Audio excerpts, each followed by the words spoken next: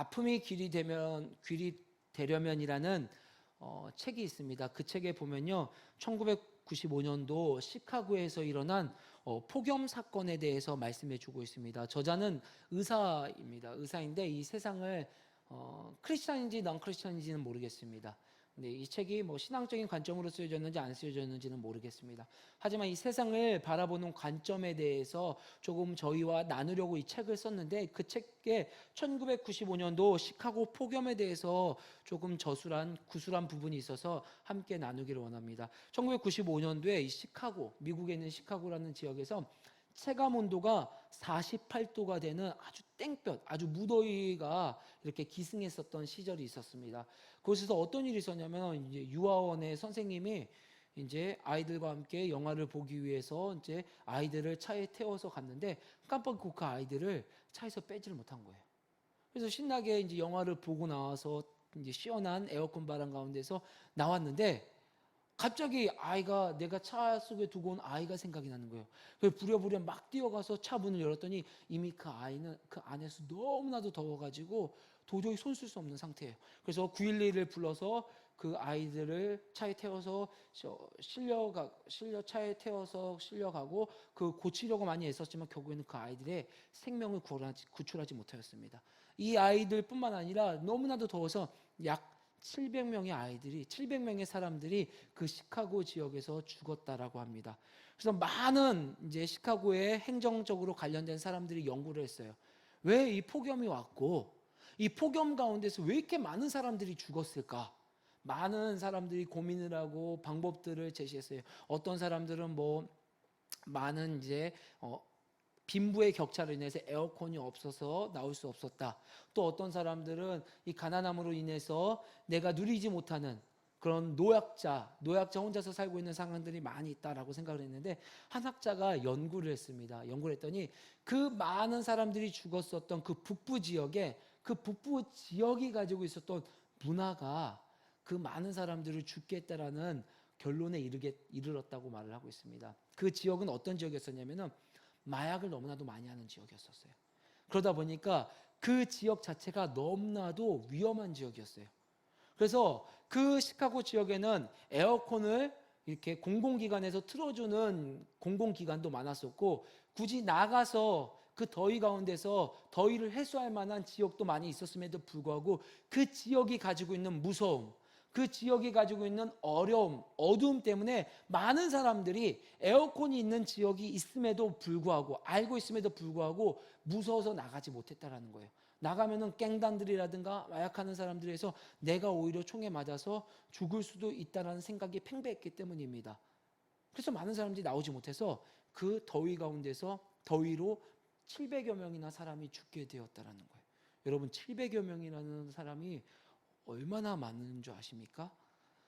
예를 들어서 요새는 그렇게 많지가 않지만 중고등학교 한 반의 아이들이 40여 명이라고 합니다. 30명에서 40여 명이라고 합니다. 그 말은 그 학교에 한 학년이 지금은 많이 줄어서 7개 학년이라고 치면은 2개 학년, 3개 학년, 학교 하나가 다 없어져 버리게 된 거예요. 땡볕에. 그래서 많은 사람들이 이것에 대해서 원인을 규명하게 돼서 원인을 찾아내서 1999년도에도요, 이 땡볕이 오게 된 거예요. 폭염이 오게 된 거예요. 그래서 많은 사람들이 이 원인을 알게 되어서 방법을 해결하기 위해서 쿨링 센터 34곳을 오픈하였습니다. 이 폭염이 떨어지자마자. 그리고 이것도 부족하여서 학교 31곳을 개방하였어요. 학교 31곳을 개방하여서 이 에어컨을 빵빵하게 틀어서 사람들이 더위 속에서 죽어가지 않을 수 있도록. 그리고 더 나아가서 셔틀버스를 운행했어요. 왜냐하면 그 문화 자체가 마약을 하고 있는 위험한 곳이기 때문에 사람들이 또 나오지 못하고, 아무리 쿨링 센터를 오픈하고 학교를 오픈한다 할지라도 그곳을 가지 못하면은 우리가 더위를 해소할 수가 없기 때문에 셔틀버스를 운행하고 3만여 명의 사람들을 찾아가기 시작했어요. 이 요원들을 보내서. 그래서 지금 건강은 어떤지, 그리고 거기가 도저히 버틸 수가 없는 지역이라면 쿨링 센터로 옮길 수 있도록 그렇게 3만여 명을 돌보는 결과 95년도에는 700여 명이 죽었지만 1999년도에는 110여 명밖에 죽지 않았습니다. 110여 명도 물론 많은 인원입니다. 하지만 그 5년 전에 4년 전에 비해서 얼마나 많은 숫자가 줄었는지를 우리가 이 문제를 보고서 알고 있었습니다. 많은 사람들이 이 원인을 규명했던 것처럼 단순하게 빈부격차로 인하여서 단순하게 움직일 수 없는 노약자 계층 때문에 죽었다라는 그 원인에만 머물렀으면은 아마 그 5년 뒤에 1999년도에도 700여 명에 상응하는 많은 사람들이 죽었을 것입니다. 하지만 정확한 원인을 찾아냈기 때문에, 정확한 원인을 알았기 때문에 110여 명밖에 죽지 않고 그 시카고에는 많은 사람들이 폭염 속에서 살 수 있는 은혜를 경험하게 되었습니다. 오늘 이 책의 얘기를 제가 나누고자 하는 것은요, 우리 삶의 수많은 문제들을 우리가 살아가고 있습니다. 문제들을 짊어지고요. 오늘 특별히 말씀의 제목 주보를 참조하고 한번 읽어볼까요? 말씀의 제목이 오늘 저에게 주신 것은 그토록 기다린 시간이라는 제목으로 제가 말씀을 전하는 것입니다. 그토록 기다린 시간. 하나님께서는 그토록 기다리고 계십니다. 어떠한 생활을, 어떠한 상황을, 어떠한 은혜를 기다리고 계시냐면, 하나님께서는 오늘 이 책의 비유를 들자면 하나님께서는 쿨링 센터이고, 하나님께서는 우리의 폭염 속에서 그 더위를 해결할 수 있는 그런 원초적인 문제를 해결해 주시는 분입니다. 하나님께서는 그곳에서 기다리고 있는데 수많은 다양한 원인들을 해결하기 위해서, 그 쿨링 센터로 가기 위해서 수많은 다양한 원인들을 해결하기 위한 해결책들을 주었는데, 그 해결책에 하나같이 하나님 해결책인 쿨링 센터로 향하지 못하게 하고 있다는 것입니다. 많은 문제들을 제시했지만 수많은 사람들이 4년여 동안 많은 사람들이 죽어갔던 것처럼, 오늘 그 원인을 정확하게 해결할 때 여러분과 저희 가운데 있는 그 수많은 폭염 속으로 있는 그 갈증들이 해결될 것입니다. 하나님께서는 지금도 기다리고 계십니다. 여러분과 제가 온전한 방법으로 주님 앞에 나아가기를. 오늘 이 말씀은 지난주에 우리 길가진리 교회에 처음으로 함께 나눴던 성경 공부 시간에 나누었던 말씀을 근거로 베이스로 함께 나누고 있는 말씀입니다.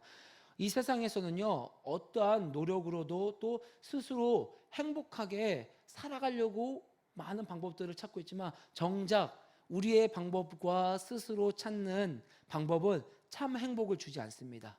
참 행복을 주지가 않습니다. 여러분, 저는 참 먹는 거를 참 좋아합니다. 먹는 걸 참 좋아해요. 우리 아이들은 제가 뭐를 먹을까라고 물어보면요, 대본이 나오는 게 있어요. 그런데 이 먹는 게 먹으면 야식 시간에 먹고 싶어서 먹기 위해서 전화번호를 누르고 그 음식이 집 문 앞에 똑똑거리면서 들어오는 순간 저는 후회를 하게 되기 시작합니다.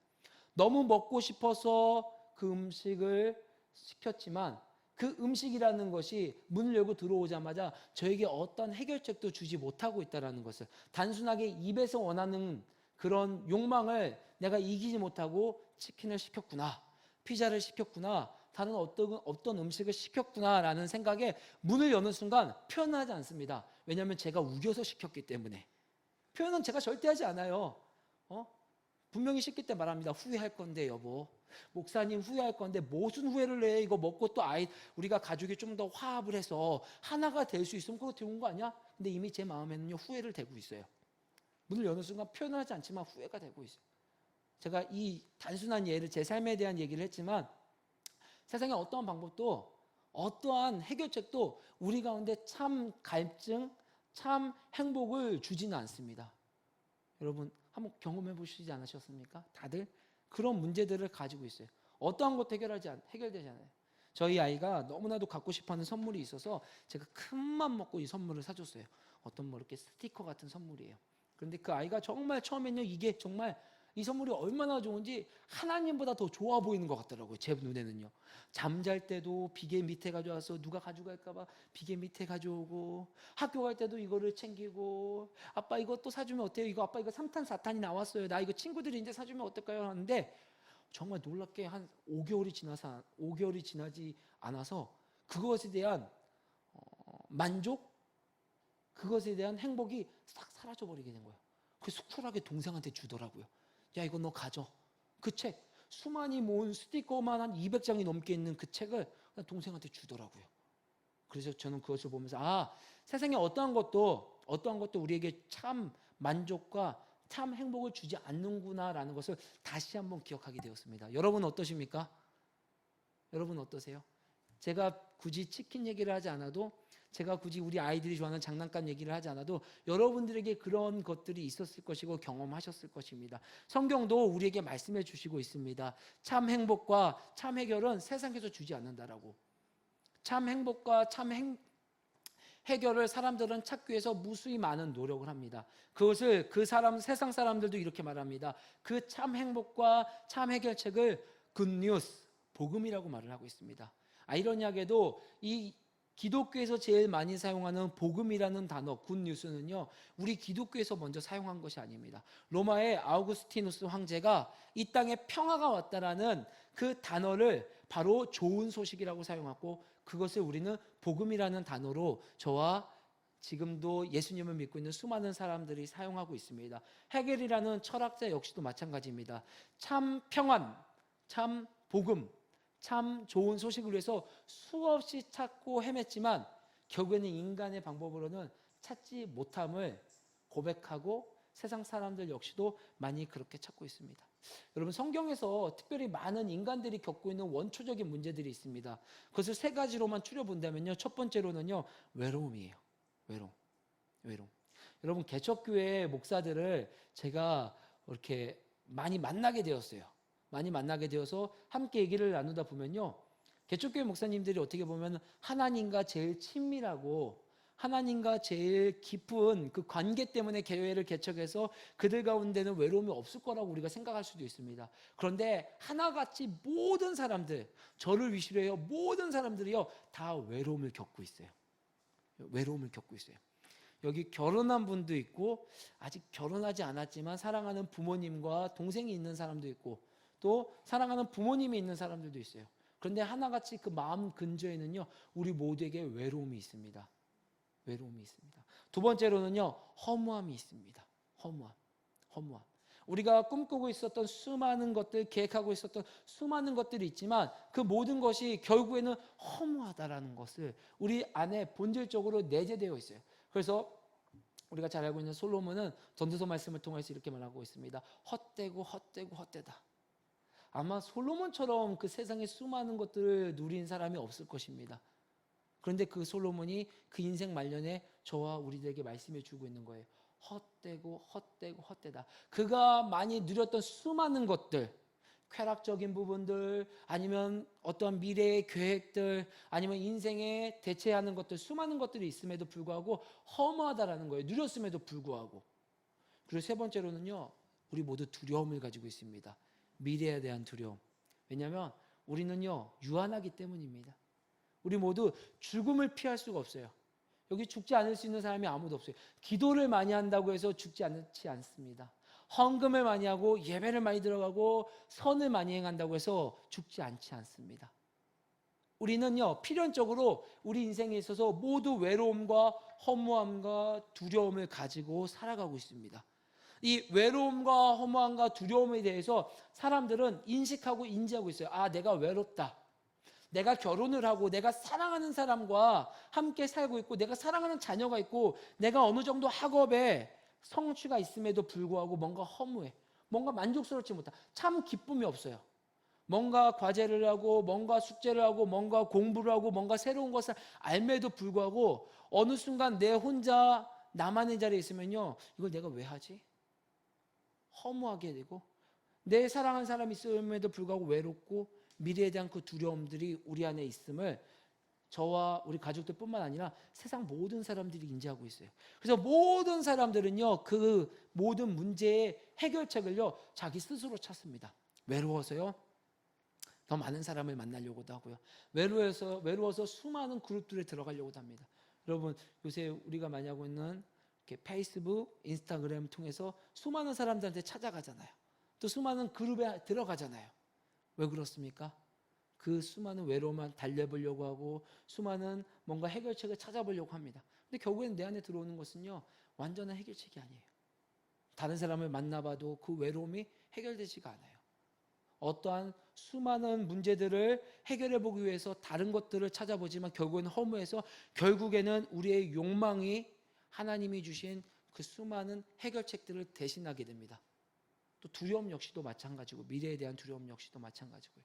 그러면 그 왜 외롭고 왜 허무하고 왜 미래에 대한 두려움을 가질까요? 그것은 다름 아니라 그 근저에 대한 우리가 해결책을 잘 깨닫고 있지 못하기 때문입니다. 창세기 2장 18절에 보면요, 우리가 왜 외로운지에 대해서 말씀해 주시고 있습니다. 창세기 2장 18절 말씀 우리가 한번 찾아볼까요?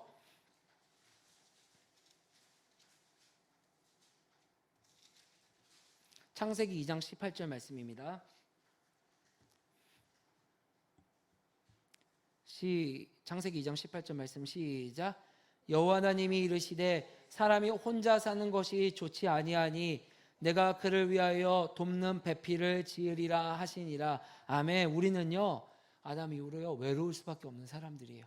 하나님과의 친밀함과 관계로 우리가 그 외로움을 해결할 수밖에 없는 존재인데, 어느 순간 우리가 죄악으로 말미암아 하나님과의 관계가 틀어지게 되고 우리 마음 가운데서는요, 하나님이 대체해야 되는 그 자리에 수많은 것들이 들어와서 우리 가운데는 여전히 외로움을 누리며 살아가고 있습니다. 또 우리 가운데 하나님께서 명령해 주셨습니다. 이 땅을 다스리며 하나님의 창조 목적대로 살아가라고 저와 우리들을 만들어 주셨음에도 불구하고 우리는 그 하나님이 주신 비전, 하나님이 주신 계획들을 어느 순간 잊어버리고 내 안에 있는 욕망, 쾌락만을 쫓아가면서 살아가고 있습니다. 에베소서 2장 3절 말씀입니다. 하나님이 우리를 세워주신 그 목적, 하나님이 저와 우리를 만들어주신 목적, 예를 들어서 우리가 길가 진리 교회를 세워주신 그 목적을 잊게 되면요, 우리는 모두 이렇게 살아갈 수밖에 없습니다. 에베소서 2장 3절 말씀입니다. 시작. 전에는 우리도 다 그 가운데서 우리의 육체의 욕심을 따라 지내며 육체의 마음에 원하는 것을 하여 이들과 같이 본질상 진노의 자녀이었더니. 아멘. 하나님이 없는 자들, 예수 그리스도를 만나기 전에 있는 수많은 자들은요, 육체의 욕심을 따라 지내고 또 육체와 마음에 원하는 것을 할 수밖에 없는 이렇게 몸으로 만들어졌다는 거예요. 저와 우리 모두요, 예수님이 없으면요, 내가 원하는 대로, 내가 하고 싶은 대로 마음대로 살게 된다는 거예요. 그 끝은 오늘 우리 이 말씀을 통해서 본질의, 여기 보면은 본질상 진노의 자녀의 모습, 즉 허무함 가운데 살아갈 수밖에 없습니다. 굳이 말하지 않는다 할지라도 우리는 미래에 대한 두려움, 죽음에서 벗어날 수가 없습니다. 죄의 삭은 사망이라고 하신 그 말씀처럼 우리 모두 이 죄로 인해서 일어난 수많은 결과로 인해서 예수님 없이는요, 외롭고 허무하고 미래에 대한, 죽음에 대한 두려움으로 살아갈 수밖에 없는 존재라고 성경에서는 말씀해 주시고 있습니다. 하나님은요, 이에 대해서 좋은 소식, 기쁜 소식을 우리에게 전해 주신 거예요. 이 모든, 제가 단편적으로 외롭고 허무하고 두렵다고 얘기했지만 이 모든 문제를 해결해 주기 위한 좋은 소식을 저와 우리 가족들에게 보내주셨다는 거예요. 이 모든, 더 이상 우리는 외롭지 않아도 됩니다. 더 이상 우리는 허무하지 않아도 되고 더 이상 우리는 죽음에 대한 두려움으로 살아가지 않아도 된다라고 성경에서는 말씀해 주고 있습니다. 그것이 바로 진정한 좋은 소식, 복음이라고 말씀해 주시고 있습니다. 그것이 예수님 오시기 전에는요, 하나님께서 구약 성경을 통해서 계속해서 두 가지를 통해서 말씀해 주시고 있습니다. 하나님께서 구약 39권의 말씀을 통해서 어떻게 세상을 바꿔서 우리가 지배하고 있었던, 우리의 뜻대로 지배하고 있었던 그 세상의 원리가 어떻게 바꿔서 하나님이 통치하시는 원리를 우리에게 보여주시고 있는가라는 것을 구약 성경을 통해서 말씀해 주시고 있고, 두 번째로는 오실 메시아가 완전하게 우리로 하여금 구원해 주신다라는 메시지입니다. 그것을 이제 오신 예수님께서, 오신 예수 그리스도께서 저와 우리들에게 말씀해 주시고 있는 것입니다. 회개하고 하나님의 나라를 믿음으로 말미암아 우리가 온전한 복음 가운데 좋은 소식을 누리고, 좋은 소식을 누림으로 말미암아 저와 우리 마음 가운데 있는, 우리 가족들 마음 가운데 있는 인생의 허무함과 외로움과 두려움을 주님께서 해결해 주신다라고 말씀해 주시고 있는 것입니다. 그것을 예수님께서는 신약 성경을 통해서 이렇게 말씀해 주시고 있습니다.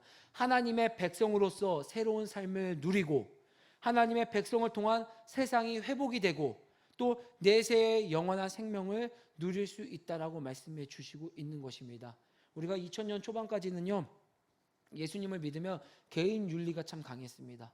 그러니까 성경에서 말해주고 있는 참 윤리는 개인의 윤리뿐만 아니라 사회의 윤리, 즉 제가 앞서 말한 것처럼 하나님의 백성으로 새로운 삶을 누리는 것은요, 개인적인 윤리를 말하고 있습니다.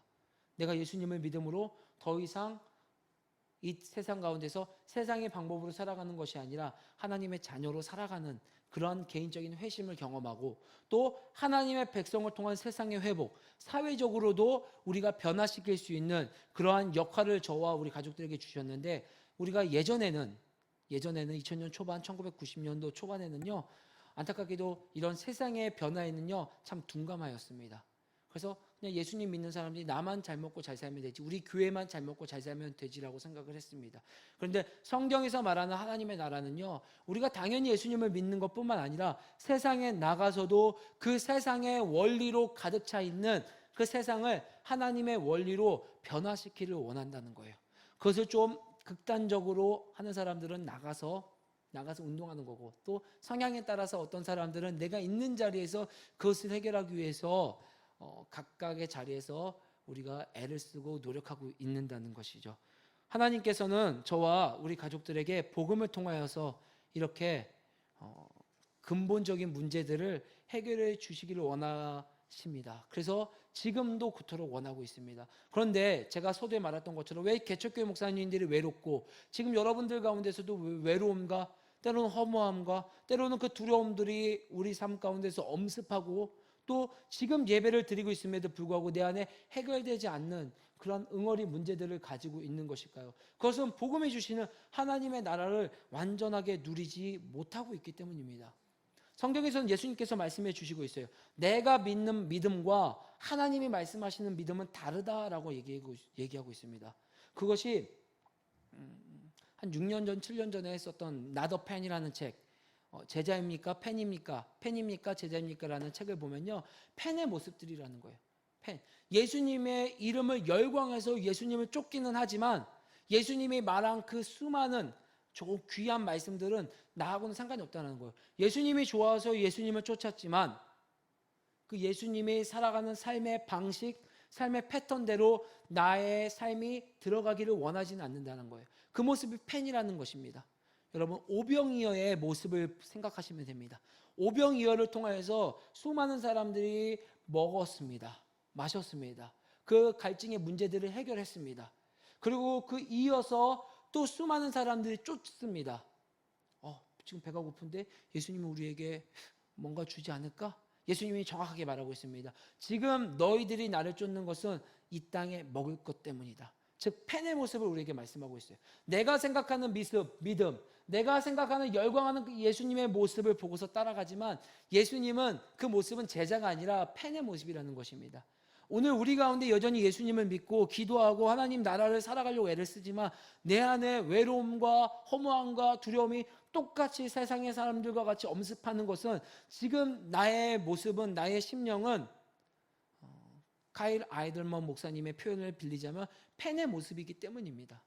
내 삶은 예수님의 방식으로 온전히 던지지 않고 있기 때문입니다. 성경은 그래서 우리에게 말씀해 주시고 있는 것입니다. 내 안에 참 믿음으로 나아가기 위해서는요, 첫 번째로 마가복음 1장 15절 말씀이 우리가 많이 읽었지만 너무나도 쉽게 생각하지 않고 있습니다. 마가복음 1장 15절 말씀을 한번 찾아볼까요? 마가복음 1장 15절 말씀, 제가 너무 좋아하는 말씀인데 예수님께서 오셔서 마가복음상에서 제일 첫 번째 해주신 말씀입니다. 마가복음 1장 15절 말씀, 선포하신 말씀 함께 읽어보겠습니다. 시작. 이르시되 때가 찼고 하나님의 나라가 가까이 왔으니 회개하고 복음을 믿으라 하시니라. 아멘. 진심으로 회개해야 합니다. 진심으로 돌이켜야 합니다. 예수님을 한번 믿었다고 이 돌이킴에서 끝나는 것이 아니라 내 삶의 자리에서 하나님의 나라와 예수 그리스도와 전혀 정반대인 나의 모습을 살아가고 있다면 오늘 이 말씀에 비추어서 계속해서 내 자신을 비춰보라는 거예요. 계속 비춰보라는 거예요. 나는 오늘도 회개하였습니까? 나는 오늘도 이 하나님의 나라 예수님이 내 삶의 표대가 되지 못한 그 연약함이 내 안에서 주님 앞에 눈물로 바뀌어야 되는 그 회개함을 하고 있냐? 라고 성경에서 말씀하고 있습니다. 나는 한번 회개했는데, 예수님 믿었는데, 나는 돌이켰는데 라고 끝나는 것이 아니라 우리가 주님 앞에 설 때까지 늘 우리의 방향이 주님께로 향하고 있는지, 우리 삶이 주님과 동일한지 늘 비추어 보고 그것에 맞지 않는다라면 내 삶을 다시 한번 이 말씀에 비추어서 돌이키라는 말씀입니다. 여전히 외롭고 험하다면 내가 진심으로 회개하고 있는지, 진심으로 돌이키고 있는지를 오늘 말씀을 통해서 비춰볼 수 있는 복된 자들이 되기를 소망합니다. 또 뒤이어서 말하고 있습니다. 회개하고 복음을 믿어라. 아멘. 진심으로 복음을 믿고 있냐는 것입니다.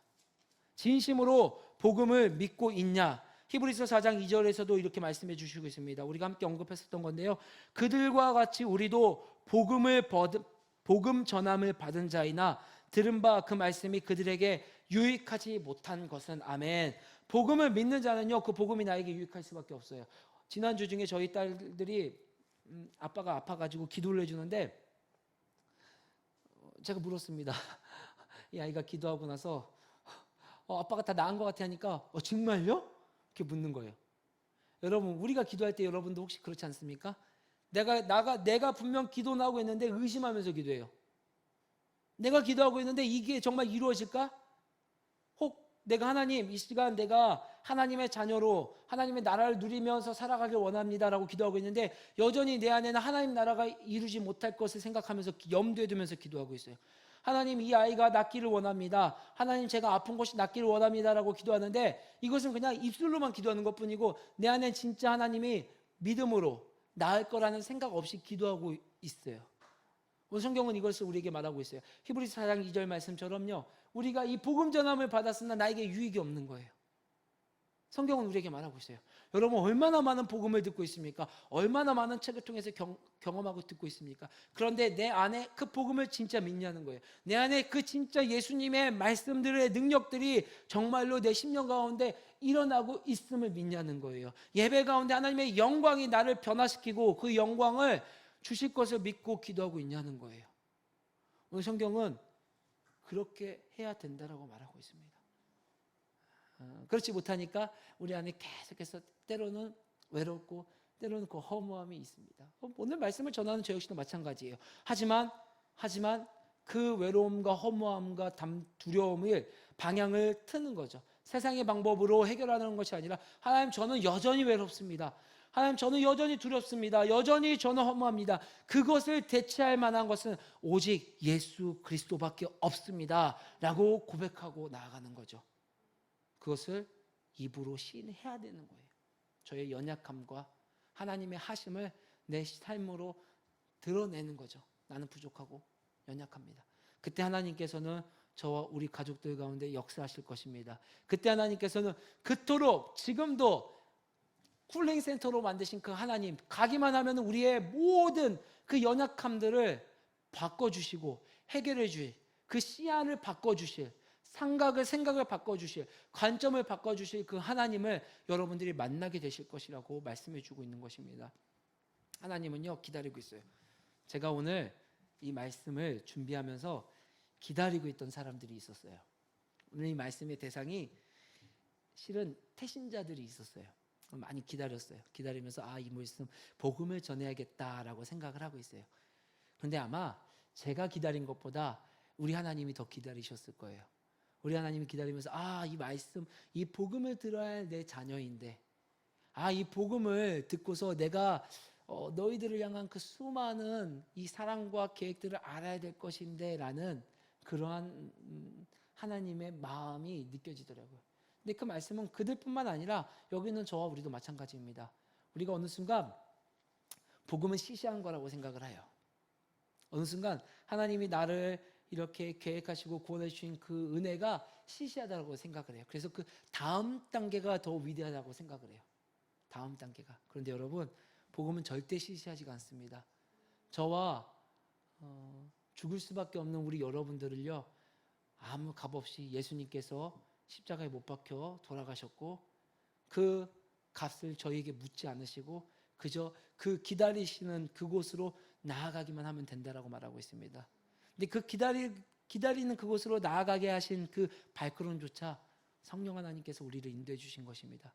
그렇다면 우리 가운데 성령님의 충만하심으로 말미암아 늘 회개하며 늘 그 복음을 믿으며 시인할 수 있는 복된 우리 가족들이 되기를 주의 이름으로 간절히 소망합니다.